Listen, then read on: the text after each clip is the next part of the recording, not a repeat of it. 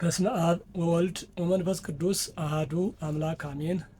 ክቡራን ክቡራት እንኳን ለነገዋ ለሁለተኛዋ ቀን ወይንም ለበዓለ ጽንሰቱ በሰላም አደረሳችሁ አደረሰን።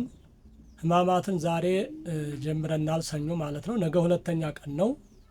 ነገ የምናከብረው በዓል ደግሞ ስያሜው የበዓሉ ስያሜ የነገው ማለት ነው መልስና ጥያቄ ይባላል፣ ወይንም የጥያቄ በዓል ነው። ነገ በጥያቄ ስም ለመድኃኒታችን ለኢየሱስ ክርስቶስ የቀረበበትና አይሁድን ምላሽ ያሳጣበት ቀን ነው የነገው ነገ የምናከብረው ማለት ነው። ይህንም ማቴዎስ ምዕራፍ 21 ቁጥር 23 ጀምራችሁ ስታነቡ ታገኙታላችሁ ማለት ነው። በመባይተ መኑ ትገብር ዘንተ ብለው አይሁድ መድኃኒታችን ኢየሱስ ክርስቶስ በሚያስተምርበት ጊዜ ቤተ መቅደስ ገብቶ ሲያስተምር ይህንን በማን ስልጣን ታደርገዋለህ ብለው ጠይቀውታል። እርሱም ጥያቄ መልሶላቸዋል፣ ለጥያቄያቸው ማለት ነው። ዮሐንስን ጥምቀት ታምናላችሁ አታምኑም ሲላቸው ሊያምኑም አልቻሉም። የዮሐንስ ጥምቀት ከሰማይ ነው ወይንስ ከምድር ነው አላቸው። ከሰማይ ነው ብንለው ለምን ያላመናችሁበት ይለኝናል። እንደገና ደግሞ ከምድር ነው ብንለው ብዙ ሰው ይከተለውና ያምነው ነበርና ስለሚፈሩት መልስ ሳይሰጡት ጥያቄያቸውን በጥያቄያቸው መልሶላቸው መልስ አጥተዋልና በነገው በጠቅላላ የጥያቄና የመልስ በዓል ነው። ይህን እናከብራለን።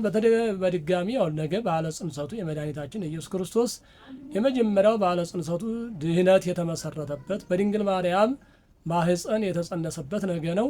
ይህን በዓል ነገ ስናከብር እንደው በዚሁ እግረ መንገዴን የምናገረው ነገር ቢኖር ስግደት አይሰገድም ብለው ብዙ ሰዎች ስለሚሉ የነገው ስግደት አለን።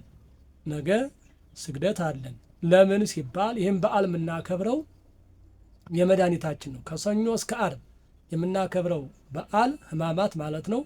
የክርስቶስ ሕማሙን፣ ሞቱን፣ ስቅላቱን፣ ግርፋቱን በጠቅላላ የደረሰበትን መከራ እያሰብን ስለሆነ የምናከብረው ይህ በዓል የራሱ የመድኃኔ ዓለም የኢየሱስ ክርስቶስ በዓል ስለሆነ ነገ ጽንሰት ነውና ወይንም ደግሞ የተጸነሰበት ቀን ነውና 29 ነው በዓለ ጊዜ ነው ብለን ስግደት አንሰግድም ማለት ይሄ ራሱ አሁንም የክርስቶስን ሕማማቱን፣ ሞቱን፣ ስቅላቱን ዝቅ አድርጎ ማየት ማለት ነው። ምክንያቱም ሁሉም በዓል የእርሱ ነው።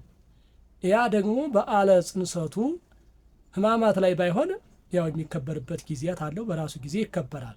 ይህም የእርሱ በዓል ስለሆነ ግን አሁን የሚበልጠው በዓሉ ሕማማቱ ነው፣ መከራው ነው፣ ስቅላቱ፣ ግርፋቱ ነው። እሱን እያሰብን ስንሰግድ፣ ስንወድቅ፣ ስንነሳ ነው። እንደውም እመቤታችን ድንግል ማርያም እኮ ከመስቀሉ ስር ሆና በዕለተ ዓርብ ስትወድቅ ስትነሳ መከራዋን ስታይ በሐዘን ተውጣ ነው የዋለችው እና ይህን ሁሉ በማሰብ ነው ይህን ሰሞን የምናከብረው።